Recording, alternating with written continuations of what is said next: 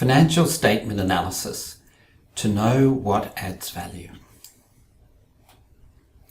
Preface. Relying too heavily on other people's opinions can damage our sense of reality. Derek Rountree. Prior to the late 19th century, a firm's financial statements were very much only for the eyes of those within a firm. They were generally private to a firm, not something appropriate for public discussion. Over the past 100 years or more, this has been progressively changing. Those providing debt to firms increasingly found they had the power to require firms to disclose various financial information. With the increasing separation of the management of firms from the ownership of firms, there has been an increasing need for equity investors to be given financial information. Where they have lacked the power to require firms to provide it to them, various regulatory rules have been developed to require firms to provide increasing amounts of information to the public in their financial statements. Firms' business activities affect many more people than debt and equity providers to a firm.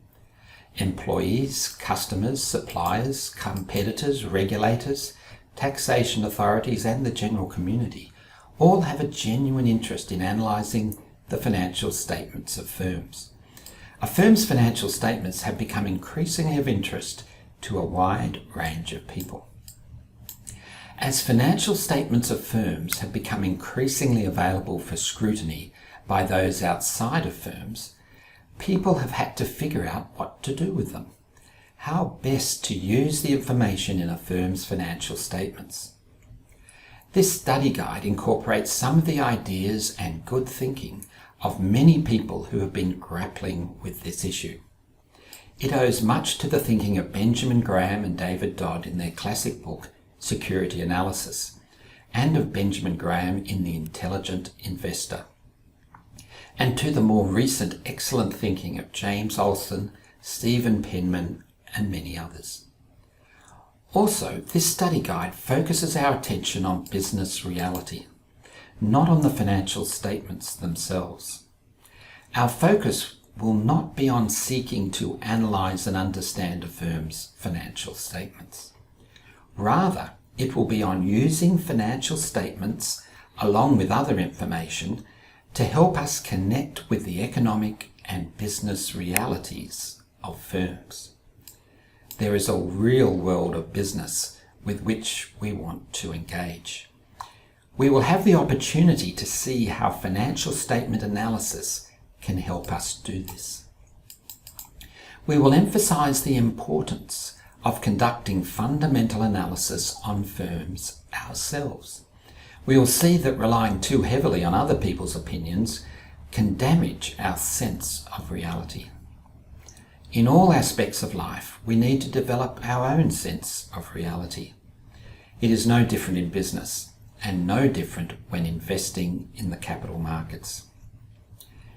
It is very easy for our analysis of financial statements in practice to be disconnected from any coherent theory or view of what adds value in business.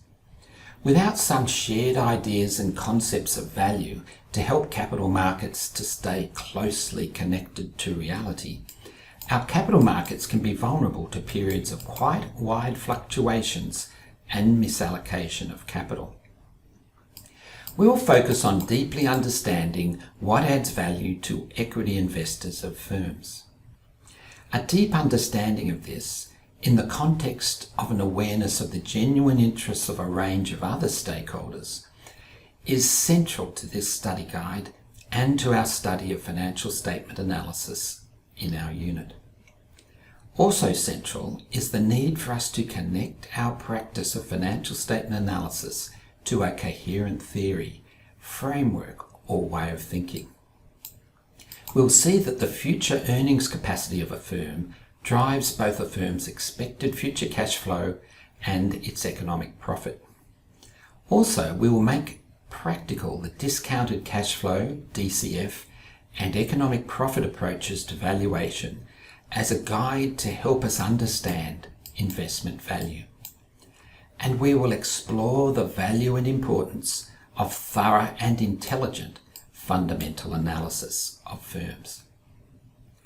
You may or may not agree with everything in this study guide. It brings together a lot of good thinking about financial statement analysis from many people, and the thinking underpinning these ideas are challenging. I look forward to us exploring these ideas together. Our capstone unit, ACCT13017 Financial Statement Analysis, will draw on what you have learned from all the units you have studied in your Bachelor of Accounting or other business degrees. This involves accounting, finance, marketing, management, economics, law, and tax. This will give you the chance to review what you have learnt, and perhaps not learnt, in your previous units, and to deepen and strengthen your understanding of the concepts you studied in these units. And you will be able to strengthen your understanding about the links that exist between these concepts. As we study financial statement analysis together and explore how accounting can help us to know what adds value in a business.